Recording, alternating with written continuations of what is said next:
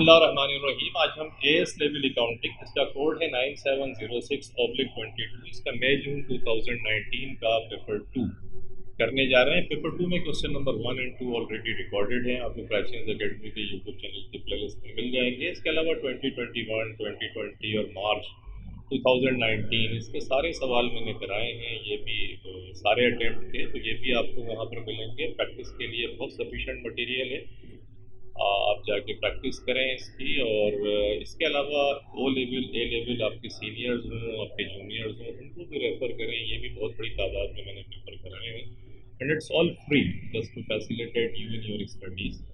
So let's start from question number 3 today. Financial statements provide information to enable users to evaluate the financial performance of a business. के financial statements जब आप बनाते हैं तो उसका basic, उसमें जो इन्फॉर्मेशन होती है उसमें डिफरेंट किस्म के जो बिजनेसेस हैं ये एक ही इंडस्ट्री के अंदर, उनको आप क्या करते हैं कि नॉर्मली वैसे आप डिफरेंट इंडस्ट्रीज़ के अंदर जो बिजनेसेस हैं उनको भी इवेल्यूएट कर सकते हैं कि उनकी परफॉर्मेंस क्या है, और उसकी बेसिस के ऊपर ही स्टॉक एक्सचेंज के अंदर शेयर्स में लोग इन्वेस्टमेंट भी कर रहे होते हैं। लेकिन एक ही इंडस्ट्री के अगर आपको दिए हुए हों तो उसमें आसान होता है कि आप कंपेयर कर सकते हैं। रेशो एनालिसिस आपने देखा होगा, इंटरप्रिटेशन ऑफ फाइनेंशियल स्टेटमेंट्स आपके सिलेबस का पार्ट भी है, और ये क्वेश्चन भी उसी से रिलेट्स करता है। तो ये कहते हैं कि फाइनेंशियल स्टेटमेंट्स, और मैं आई वुड इनकरेज यू कि आप जाके स्टॉक एक्सचेंज की वेबसाइट पे जाएं और वहाँ जाके डिफरेंट कंपनीज़ की जो फाइनेंशियल स्टेटमेंट्स उन्होंने, आपको हर कंपनी का मिलेगा जो लिस्टेड कंपनी है, आप जाके ना उसको कभी कभार जब टाइम हो तो उसको ज़रूर देखें जाके। You will be able to से एनालाइज कि यार फाइनेंशियल स्टेटमेंट्स कितने कंपोनेंट्स होते हैं। इनकम स्टेटमेंट है, स्टेटमेंट ऑफ फाइनेंशियल पोजीशन है, कैश फ्लो स्टेटमेंट्स है, नोट्स टू द अकाउंट्स जो है वो क्या होते हैं, डिस्क्लोजर किसको कहते हैं, ये सब चीज़ें आपको प्रैक्टिकली पता चलेंगी। आप थोड़ा सा टाइम लगाएंगे तो एग्जाम के अंदर जो क्वेश्चंस हैं वो आपको आसान लगने लगेंगे इस किस्म के। तो state 3 reasons why it might be difficult to compare financial ratios between businesses in the same industry. के क्यों ये मुश्किल होता है कि एक ही इंडस्ट्री के अंदर जो रेशोज हैं, एक ही इंडस्ट्री में जो बिजनेसेस हैं उनको हम एनालाइज करें, कंपेयर करें, क्यों ये डिफिकल्ट है फाइनेंशियल रेशोज की मदद से। देखिए मुश्किल इसलिए, एक तो साइज़ का मैटर होता है, एक कंपनी छोटी है, एक कंपनी बड़ी है, अब दोनों को आप कंपेयर कैसे करेंगे। मैनेजमेंट का बड़ा ताल्लुक होता है कि एक कंपनी की मैनेजमेंट जो है बहुत ज़्यादा डायनामिक है। आपको पता है कि कुछ लोग ऐसे होते हैं कि वो अगर किसी कंपनी में जाते हैं कि किसी मैनेजमेंट का पार्ट होते हैं तो फिर नॉर्मली इंप्रेशन ये होता है कि जहाँ वो लोग जाते हैं वो बिजनेसेस जो हैं वो इस्टेब्लिश हो जाते हैं, उनकी प्रोग्रेस बेहतर होती है। ऑन द अदर हैंड एक कंपनी वो मैनेजमेंट चला रही है जिसके अंदर जान ही नहीं है या जो इतनी ज़्यादा डायनामिक नहीं है, तो ये नॉन फाइनेंशियल फैक्टर्स हैं जिसका फाइनेंशियल से कोई ताल्लुक नहीं है। लेकिन at the end of the day जो लोग हैं वो किसी बिजनेस में एक इम्पोर्टेंट रोल प्ले करते हैं, तो यहाँ प्रॉब्लम आती है। साइज़ हो गया, ये हो गया, सीजनड होते हैं कि कुछ सीजनल बिजनेस हैं, किसी का सीज़न जो है वो जुलाई में चल रहा है, वैसे विंटर के अंदर है, किसी का समर के अंदर है, ये प्रॉब्लम होती है। नॉर्मली फाइनेंशियल स्टेटमेंट के अंदर आप हिस्टोरिकल कॉस्ट लिख रहे होते हैं, तो ये हिस्टोरिकल कॉस्ट होती है। कंपनी है उसके एसेट्स 25 ईयर्स पुराने हैं, एक कंपनी है जिसके एसेट्स नए हैं, इन दोनों एक ही इंडस्ट्री के अंदर ऑपरेट कर रही हैं, लेकिन आप कैसे उनको कंपेयर करेंगे। तो दीज आर डिफरेंट फैक्टर्स। देखते हैं जो मैंने आपको बताया थोड़े से, बाकी यहाँ देख लेते हैं। कंपनीज में यूज़ डिफरेंट अकाउंटिंग पॉलिसीज़। एक कंपनी है वो अकाउंटिंग डेप्रिसिएशन के लिए स्ट्रेट लाइन मेथड अडॉप्ट करती है, एक रिड्यूसिंग बैलेंस मेथड कर रही है, डिफरेंस हो जाएगा। Historical cost is use to prepare accounts, therefore may be misleading. Historical cost जैसे मैंने बताया, एक 25 ईयर्स ओल्ड एसेट्स हैं, एक बिल्कुल नए हैं, आप कैसे इनको कंपेयर करेंगे। There may be different year ends, seasonal factor, year ends मुख्तलिफ हो सकते हैं। कंपनी का ईयर एंड दिसंबर का ख़त्म होता है, एक का जून पे होता है, ये प्रॉब्लम आ सकती है। There may be non monetary factors to consider, से फॉर एग्जांपल मैंने कहा मैनेजमेंट का, मैं आपको समझा के आ रहा हूँ, ये एक फैक्टर हो सकता है। Relative size of each business, her business का साइज़ डिफरेंट होता है। एक छोटे साइज़ की कंपनी एक बड़े साइज़ की है, उसकी कंपेरिजन मुश्किल होती है। The effect of window dressing, कुछ लोग बाकायदा विंडो ड्रेसिंग करते हैं। विंडो ड्रेसिंग की एक एग्जांपल आपको देता हूँ। लाइक सेल्स है, मैंने अपनी कंपनी के अंदर जब ईयर एंड हो रहा था तो मैंने सेल्स जो है, जो माल है वो मैंने अपने डीलर्स को दे दिया, बेच दिया। बेचा नहीं है एक्चुअली, वो माल बिका नहीं है, लेकिन मैंने बुक्स के अंदर रिकॉर्ड कर लिया और नेक्स्ट ईयर के अंदर उसको मैंने रिवर्स कर दिया। तो जिस साल में मैंने बुक किया, आल्दो वो माल नहीं बिका था, डीलर्स से भी मेरा एग्रीमेंट था, मेरे डीलर्स ने, मैं फाइनेंशियल स्टेटमेंट को अच्छा करके दिखाना चाहता हूँ, तो मैंने सेल्स बुक कर ली। और नेक्स्ट ईयर के अंदर वो सेल्स मैंने कहा जी डीलर्स ने वापस कर दी कि नहीं बिका है, मैंने रिवर्स कर दी, लेकिन जिस साल वो रिकॉर्ड हुई है उस साल की प्रॉफिटेबिलिटी तो आपकी बढ़ जाएगी ना, तो ये विंडो ड्रेसिंग कहलाती है। आगे आए, आगे क्या कहता है आपसे, x limited is a wholesaler of sports goods. X limited जो है वो होलसेलर है, स्पोर्ट्स गुड्स जो है ये बेचता है और उसका ये होलसेलर है। मकसद ये कि रिटेलर्स को बेचता है, कस्टमर्स को डायरेक्ट नहीं बेचता। The directors of the company have provided the following information for the year ended 30 अप्रैल 2019। ये इंफॉर्मेशन उन्होंने आपको दी है। रेवेन्यू आपको दिया हुआ है 742,630 का और कॉस्ट ऑफ सेल्स दी हुई है 459,991। For the year ended 30 April 2019 the rate of inventory turnover was 7.5 times कि 7.5 टाइम्स इसका रेट था। The value of inventory at 1 May 2018 was 57,682 कि ओपनिंग इन्वेंट्री जो है उसके पास 1 May 2018 का मकसद है हम 19 के अंदर बैठे हुए हैं, तो ओपनिंग इन्वेंट्री जो है इसके पास 57,682 थी। और टाइम्स के अंदर दिया हुआ है, इसको याद रखिएगा, eight 30 April 2019 the trade receivable turnover was 35 days कि ट्रेड रिसीवेबल का मकसद है कि जो रिसीवेबल था कस्टमर से जो पैसा है आपको वो 35 डेज के अंदर रिसीव होता है।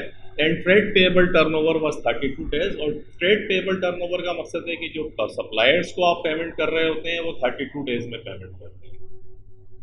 All sales are made on credit, तमाम सेल्स क्रेडिट के ऊपर है। Credit purchases amounted to 80% the value of cost of sales के जो क्रेडिट परचेजेज है वो 80% है कॉस्ट ऑफ सेल्स का। तो इसका अगर मैं 80% निकाल लूँ मेरे भाई,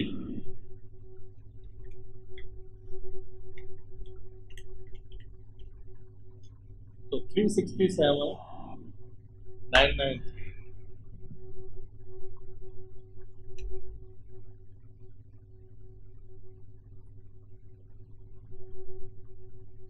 ये आपकी क्रेडिट परचेजेज आ गई।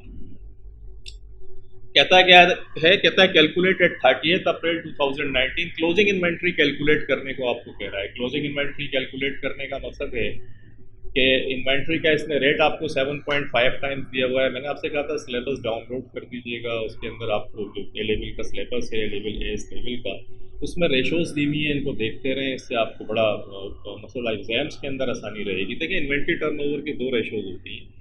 इन्वेंट्री टर्नओवर अगर सिंपल आपको डेज में निकालना हो तो उसका फार्मूला होता है average inventory divided by cost of sales multiplied by 365 days. लेकिन रेट ऑफ इन्वेंट्री टर्नओवर है cost of sales divided by average inventory. जब आपको टाइम्स के अंदर शो करना हो कि कितनी टाइम्स, कितनी दफ़ा इन्वेंट्री टर्नओवर हुई आपकी बिकी, तो उसका फार्मूला क्या है, rate of inventory turnover divided by cost of sales divided by average inventory. Cost of sales यानी cost of sales divided by average inventory, और ये इन्वेंट्री टर्नओवर्स टाइम्स के अंदर आ गया। तो इन्वेंट्री टर्नओवर देखें टाइम्स में दिया हुआ है हमारे पास इस सवाल के अंदर 7.5 दिया हुआ था, तो ये 7.5 आप यहाँ लिख दें। एवरेज इन्वेंट्री आपको मालूम करनी है, कॉस्ट ऑफ सेल्स आपकी कितनी है, देखें कॉस्ट ऑफ सेल्स है आपकी 459,991 459,991 divided by average inventory. Average inventory को यहाँ लिया है आप और 459,991 डिवाइडेड बाय 7.5, तो 459,991 डिवाइडेड बाय 7.5 तो 61,332। ये 61,332 आपके पास आ गया। ये आपने निकाला। एवरेज इन्वेंट्री कैसे आएगी, opening inventory plus closing inventory divided by 2। तो opening inventory plus closing inventory divided by 2। देखें ओपनिंग प्लस क्लोजिंग को प्लस करेंगे, 2 से डिवाइड करेंगे, जब भी एवरेज इन्वेंट्री आएगी। ये 2 जो है इक्वेशन के इस तरफ डिवाइड कर रहा है, इसको अगर मैं इक्वेशन के इस तरफ लेकर आऊँ तो क्या करेगा, ये मल्टीप्लाई करेगा। मल्टीप्लाइड बाय 2 कर दें 122,664 122,664 आ गया। और ओपनिंग इन्वेंट्री देखें सवाल के अंदर दी हुई थी आपकी, ओपनिंग इन्वेंट्री कितनी है, इसने दी है आपको 57,682। तो 57,682 57,682 ये प्लस होगी यहाँ पे, इसको इक्वेशन के इस तरफ लेके जाऊंगा तो क्या होगा, क्लोजिंग इन्वेंट्री मुझे मालूम करनी है, तो 122,664 में से माइनस अगर मैं कर दूं opening inventory 57,682,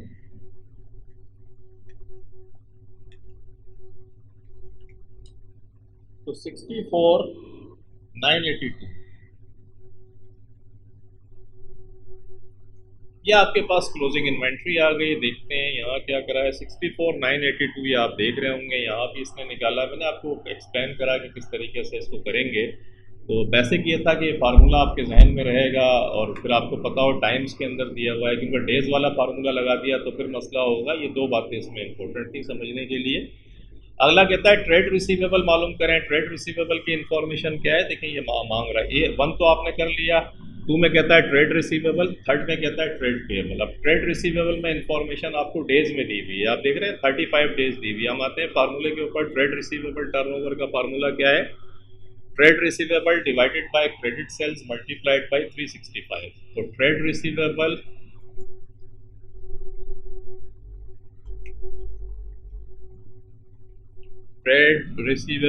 divided by credit sales multiplied by 365। ये trade receivable turnover in days आपके पास आ गया। तो देखिए ये फार्मूला आसान था, आपने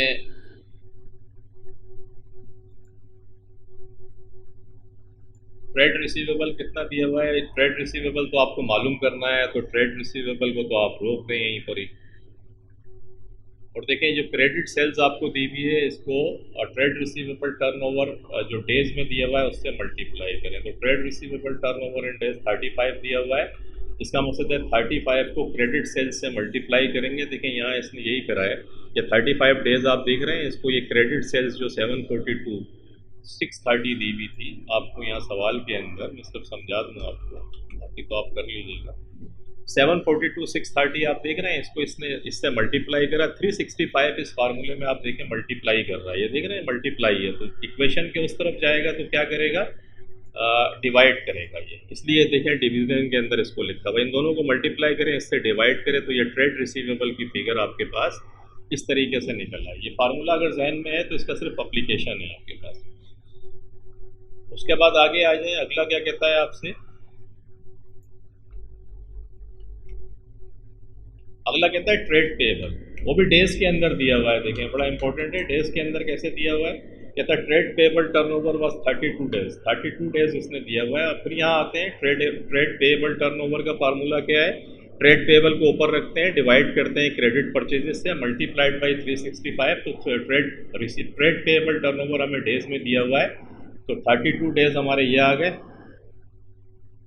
ट्रेड पेएबल हमें मालूम करना है, और देखें ट्रेड पेएबल ऊपर है, और divided by credit purchases. Credit purchases मैंने आपको निकाली थी 367,993, 367,993 ये आप देख रहे होंगे, यहाँ भी आ गई 367,993 मल्टीप्लाइड बाई 365, ये है फार्मूला। अब ये क्या करा, इसको इसने 32 से मल्टीप्लाई करा, ये आप देख रहे होंगे 32 से मल्टीप्लाई करा, 365 यहाँ पर मल्टीप्लाई कर रहा था, ये इक्वेशन के इस तरफ आके डिवाइड करेगा, और इस तरीके से आपने ट्रेड पेएबल की रकम निकाल ली जो 32,262। तो ये ट्रेड पेएबल की रकम आ गई। क्रेडिट परचेजेस तो मैं आपको निकाल के दिखा चुका था 367,993, तो ये तीनों चीज़ें आपने कैलकुलेट कर ली, सिंपल हो गया ये। उसके बाद एडिशनल इन्फॉर्मेशन में आ जाए, कहता है X limited has an operating expenses to revenue ratio of 30% के एक्स लिमिटेड जो है as an operating expense to revenue ratio जो है 30% है, यानी जो ऑपरेटिंग एक्सपेंसेस हैं वो रेवेन्यू का 30% है। Distribution cost are twice as much as administrative expenses. Distribution cost जो है वो, अगर एडमिनिस्ट्रेटिव एक्सपेंसेस 1 है तो डिस्ट्रीब्यूशन जो है वो 2 है। इसका मकसद है अगर एडमिनिस्ट्रेटिव एक्सपेंसेस जो हैं उनका डिस्ट्रीब्यूशन कास्ट और ट्वाइस 2 टाइम्स हैं एडमिनिस्ट्रेटिव एक्सपेंसेस का। लेट्स सी एडमिनिस्ट्रेटिव एक्सपेंसेस अगर एक्स हैं तो जो डिस्ट्रीब्यूशन कॉस्ट है वो कितनी है, वो 2x है, 2 टाइम्स है एक्स का। और ऑपरेटिंग एक्सपेंसेस रेवेन्यू का 30% है। तो देखिए रेवेन्यू दिए हुए कितने हैं, रेवेन्यू अगर आप ऊपर आए तो रेवेन्यू आपको दिया हुआ है सवाल में 742,630, 742,630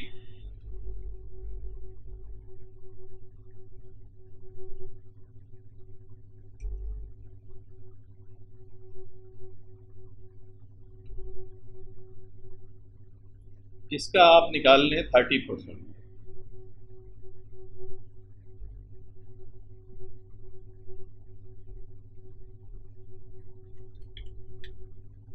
तो 222,789,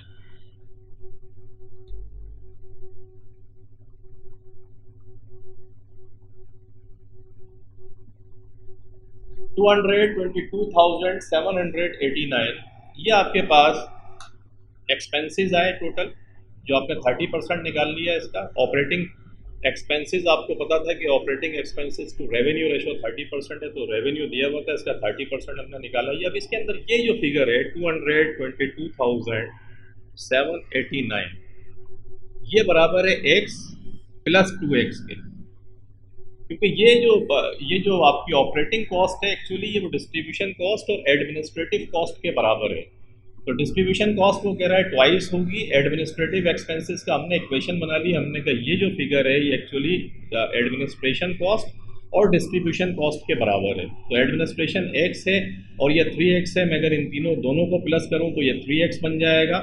और x को अगर मुझे रोकना हो तो x को मैं रोक के क्या करूँ, 222,789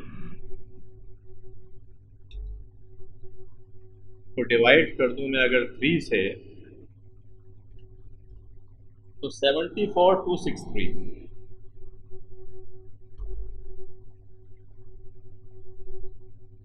is equal to x। x का मकसद है एडमिनिस्ट्रेटिव एक्सपेंसेस आ गया, और इसी को अगर मल्टीप्लाई कर दूं 2 से तो ये एडमिनिस्ट्रेटिव एक्सपेंसेस मेरे हो गए, और डिस्ट्रीब्यूशन का मकसद है इसी फिगर को मैं अगर 2 से मल्टीप्लाई करूं तो 148,526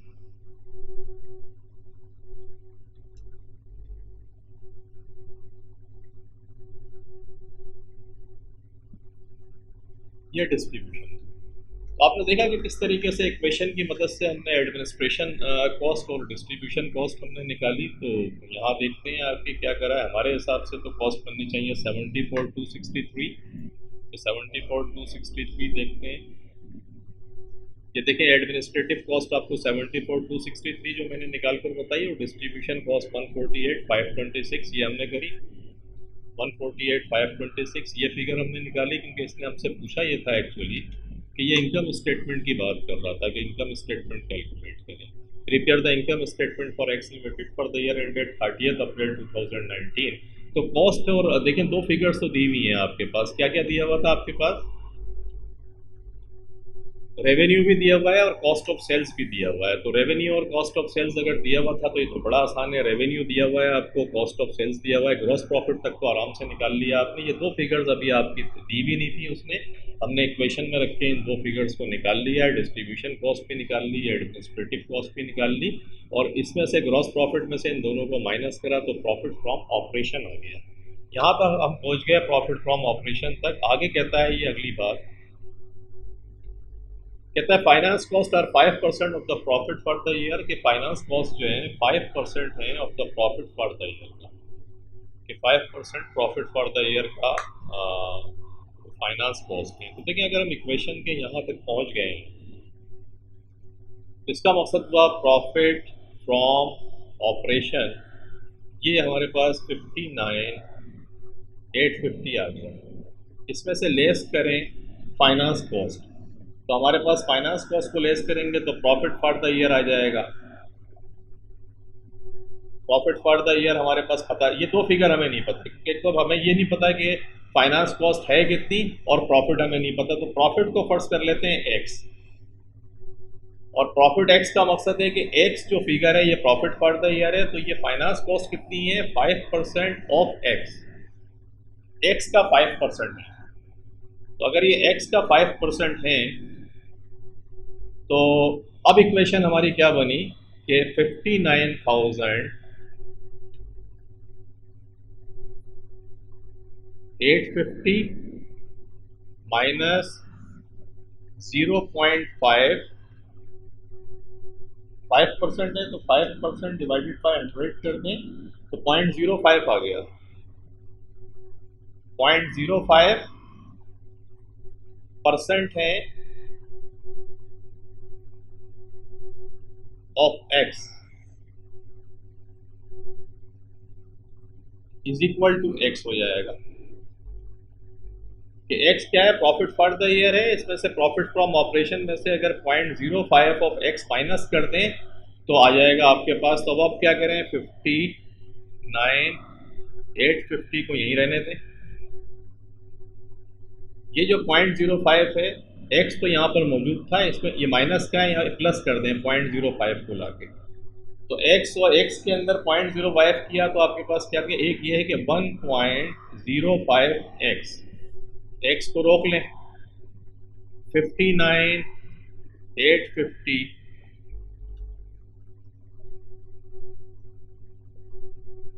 को डिवाइड कर दें 1.05 से, कितना आ गया, x बराबर है 57,000, यानी प्रॉफिट फॉर द ईयर जो है 57,000 आपने निकाल लिया। इसका 5% निकाल लें जो फाइनेंस कॉस्ट है, तो ये 2850 आ गई। आपने देखा ये फाइनेंस कॉस्ट किस तरीके से निकली, एक क्वेश्चन के अंदर हमने करके करा। तो ये प्रॉफिट फ्रॉम ऑपरेशन आपके पास आ गया, फाइनेंस कॉस्ट आपकी 2850 हमने निकाली, और प्रॉफिट फॉर द ईयर 57,000 हमने इक्वेशन के अंदर करके निकाल लिया। आई थिंक दैट्स ऑल, कि यही मांगा है इसने, बाकी देख लेते हैं क्या है।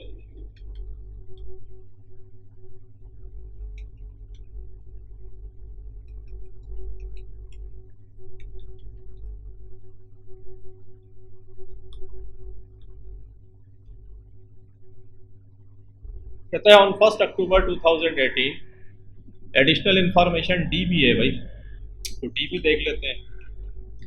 डी में कहता है on 1 October 2018 x limited paid A dividend of $25,000 कि एक्स डिविडेंड ने $25,000 डिविडेंड पे किया ऑन द बेसिस ऑफ 0.08 पर ऑर्डिनरी शेयर्स।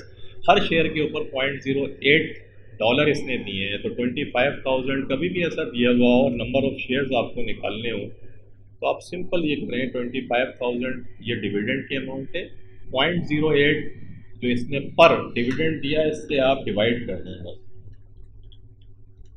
तो आपके पास 312,500, 3,000, 1,200, 300, 3,100, 2,500 आपके पास जो है वो ये फिगर आ गई। और ये आपके पास नंबर ऑफ शेयर्स आ गए। नंबर ऑफ शेयर्स आने के बाद आप क्या करें, on 1 February 2019 x limited made a right issue of 1 ordinary shares for every 5 shares held at A premium of 0.05। आपके शेयर की वैल्यू क्या है, ये देखें दे रहा है, पर ordinary shares of $1 each, $1 each का शेयर था और 0.50 प्रीमियम, तो इसका मकसद है 1.5 जो आपके पास पैसा आएगा, जो लोग ये शेयर्स लेंगे $1.50 के हिसाब से आपको पे करेंगे, जिसमें $1 जो है वो शेयर की पार वैल्यू है और 0.5 जो है एक्चुअली उसका प्रीमियम है। और आपने इशू क्या करा, right issue of 1 ordinary shares for every 5 shares held. तो 312,500 जो है नंबर ऑफ शेयर्स थे आपके पास, 312,500 नंबर ऑफ शेयर्स थे। हर 5 के बदले 1 शेयर्स आपने दिया, और जो शेयर्स की वैल्यू कितनी है प्रीमियम को मिला के 1.5। तो आप क्या करेंगे, ये पूछ क्या रहा है, कहता है calculate the proceeds received by x limited from the right issue, के राइट इशू से कितना पैसा आया एक्स लिमिटेड के पास। तो आपने नंबर ऑफ शेयर्स निकाल लिए, 312,500 number of shares divided by 5, हर 5 के बदले 1 मिलेगा, 1 से मल्टीप्लाई, 5 से डिवाइड करके 1 से करें वही फिगर आ जाएगी, और $1.50 से मल्टीप्लाई कर दें। तो 93,750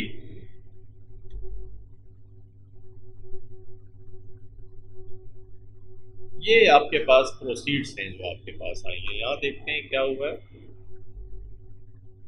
93,750 आपके पास ये आ गया। 312,500 को 5 से डिवाइड किया, नंबर ऑफ शेयर्स आ गए, उनको फिर आपने प्रोसीड से मल्टीप्लाई किया। वो जो टोटल वैल्यू थी $1 का शेयर था, और $0.5 जो है उसका प्रीमियम था। तो that's all. I think question number 3 is finish. अब इंशाल्लाह मिलते हैं नेक्स्ट लेक्चर के साथ। ज़िंदगी बाखैर, दुआओं में याद रखिएगा। टेक केयर, अपना बहुत ख्याल रखिएगा। अल्लाह हाफ़िज़।